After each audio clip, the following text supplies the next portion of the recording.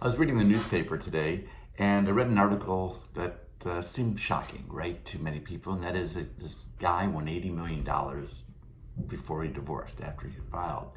And the headline in the Free Press was, wife gets to share in half of the lottery winnings. The guy won $80 million, and after taxes, it was something in the neighborhood of $38 million that he received. And she was awarded half of the money, notwithstanding the notion that the parties had been separated for 5 years. So this case was arbitrated, and arbitration is sort of like a hybrid between mediation and trial, where a party, or the parties, I should say, agree to contract with a private lawyer to make decisions, and oftentimes they try to settle at the same time. Now, the arbitrator in this matter was an individual by the name of John Mills. John was a fantastic arbitrator and lawyer. He died during the course of these proceedings, but his opinion really was on point and brilliant. Now, the husband in this case, who won the lottery winnings, filed an appeal. After all, it was a difference between $38 million or giving his ex-wife $15 million.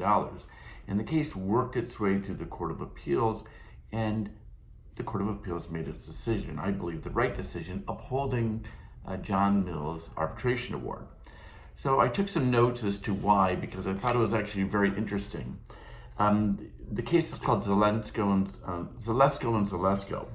The legal arguments was essentially as follows, that as a general proposition in Michigan law, property earned during the course of the marriage is marriage subject to division. But the issue in this case was that the parties had separated for a period of 5 years, so had their marriage constructively ended. Now, from a really academic standpoint, no, you're not divorced until you, or marriage doesn't end, I should say, until you die or you get divorced.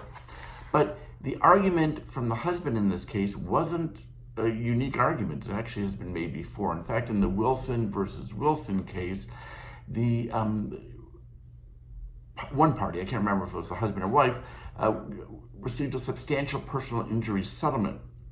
And the other spouse wanted to share in that settlement.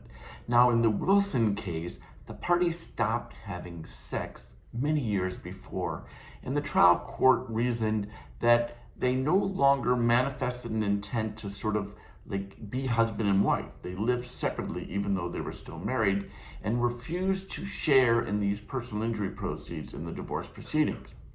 Now, in Wilson, the Court of Appeals overturned the trial court and made the decision that unless there's an external public manifestation, either filing a divorce or a separation, that the marriage is still going on. Now, in this case, there was an external public manifestation. That is the Zalesko case. That is, the parties separated before this individual won these millions of dollars, $80 million. Well, in Byington versus Byington, which is a seminal case on Michigan law, it clarified Wilson and said, there's no hard, fast rule.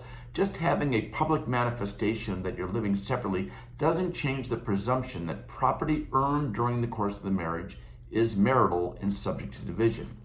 In the Byington case, it dealt with monies earned in earnings that took place during the course of the marriage, but after the parties manifested an intent to live separate lives. The courts reasoned that there are specific factors that the court must take into consideration before making the determination. I want to read the factors to you because I think they're important. How long was the marriage? The contributions of the parties to the marital estate, the age of the parties, the health of the parties, the life status of the parties, the necessity and circumstances of the parties, the earning ability of the parties, and the past relations and conduct of the parties. In making a decision, is it fair to divide property after the parties separate or after they filed for divorce? Now, in this case, the arbitrator, John Mills, made this decision. He reasoned that this certainly wasn't the first lottery ticket that this individual had purchased, Mr. Zalesko. In fact, testimony revealed that he purchased many lottery tickets even during the course of the marriage. And that resulted in losses to both the husband and wife in the marital estate. The fact that he happened to win a lottery ticket, in this case $80 million, after they manifested an intent to live separate lives, after they separated, was not convincing enough to warrant fairness, that she shouldn't share. in half of the lottery winnings. So what happened in the Zalesko case? The arbitrator ruled that wife should share equally in the lottery winnings, and the Michigan Court of Appeals upheld the decision this month in June 2019. I'm Daniel Findling with Findling Law and thedivorceguy.com. I've actually, within this blog, written extensively on this topic, and I welcome you to read it again. And of course, if you have any questions, feel free to call or contact us. We're ready to help you now.